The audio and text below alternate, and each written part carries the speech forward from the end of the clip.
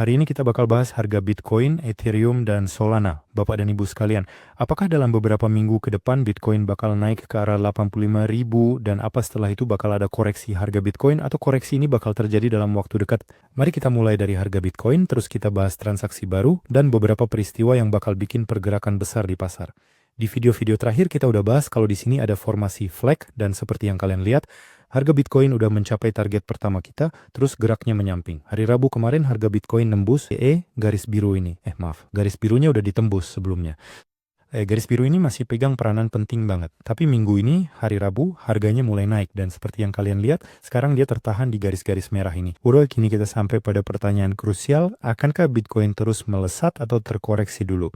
Saya akan jelaskan secara mendetail. Mari kita mulai dengan membahas alasan kenaikan harga Bitcoin. Harga Bitcoin naik karena di Amerika ada perubahan aturan pembayaran utang negara. Jadi gara-gara itu harganya naik. Terus Trump juga sempat pidato dan bilang kalau mereka bakal coba ubah undang-undang yang berkaitan sama kripto. Artinya dia bakal lakuin segala cara buat nerapin aturan baru terkait mata uang kripto. Makanya harga Bitcoin naik drastis banget. Koin-koin lain juga naik pesat. Tapi ingat nggak apa yang kita bahas di video sebelumnya? Saya tunjukin sekarang ya. Ini soal pasar Amerika. Karena penting banget buat dipahami.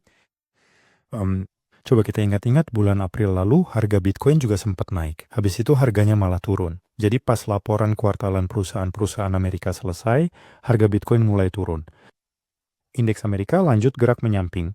Beberapa minggu terakhir ini naik karena ada laporan kuartalan perusahaan Amerika, dan di akhir Agustus laporan kuartalan ini bakal selesai buat sebagian besar perusahaan.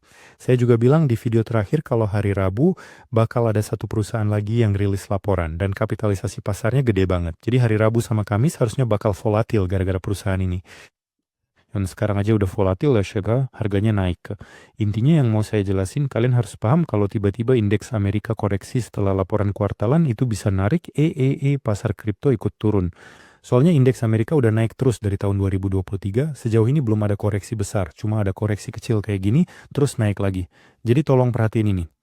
Kalau tiba-tiba setelah laporan kuartalan pasar Amerika turun, dan titik paling krusialnya ada di sini, karena ini tren utamanya, bisa jadi kenaikan harga Bitcoin yang sekarang lagi terjadi bakal berhenti. Lihat kan, ini garis tren utamanya tadi. Tapi nanti kita bahas lebih detail lagi. Mari balik ke harga Bitcoin. Saya bakal tunjukin detailnya di mana tepatnya zona resistensinya biar kalian paham gimana pergerakan harganya nanti dan garis apa aja ini. Lihat deh, garis biru ini apa? Kelihatan kan?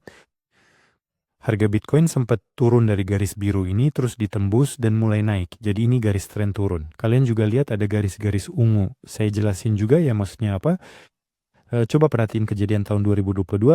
Di sini ada formasi flag, harga Bitcoin turun, sempat gerak menyamping, terus habis itu mulai naik. Kenaikan ini bertahan sampai 3 tahun. Tapi kalian harus perhatiin garis-garis merah ini. Ini perspektif mingguan ya.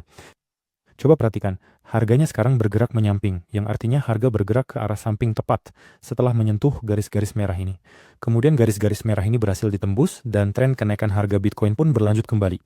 Jadi sebenarnya apa sih yang kita butuhkan saat ini? Kita butuh harga Bitcoin untuk tetap bertahan di atas garis merah ini, atau jika terjadi konsolidasi harga, yang paling krusial adalah harganya jangan sampai menembus garis ungu tersebut.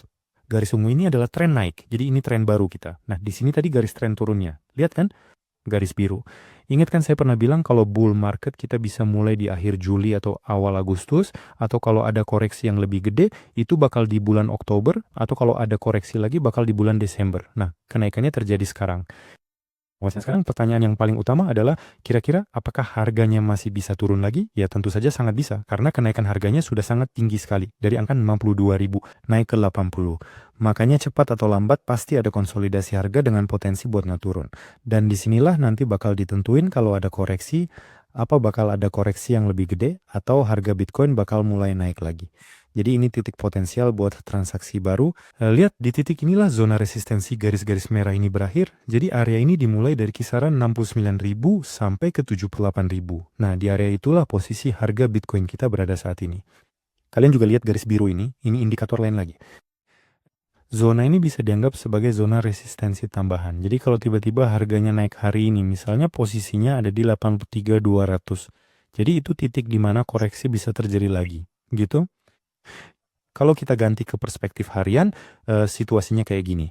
Lihat, garis ungu ini tren baru kita, garis biru. Garis birunya ditembus dan harganya langsung melesat naik. Makanya kalau nanti ada konsolidasi, dan itu pasti bakal terjadi cepat atau lambat, bahkan mungkin harganya mulai turun. Nah, yang paling penting, jangan sampai turun ke garis ungu ini. Kalau balik turun ke sini, kalian harus hati-hati banget, karena kalau garis ini ditembus, zona supportnya bakal ada di sini lagi, 58.000 dan 55.000. Jadi masalahnya sama kayak yang saya jelasin sebelumnya, di sini nggak ada support, supportnya ada di bawah sini.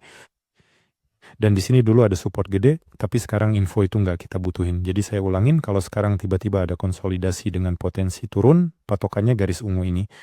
Dan di sini pastinya saya bakal coba, kalau ada retest ke atas, saya bakal coba masuk ke transaksi baru. Atau bisa juga nunggu tren baru, tapi itu bakal saya jelasin di video-video selanjutnya.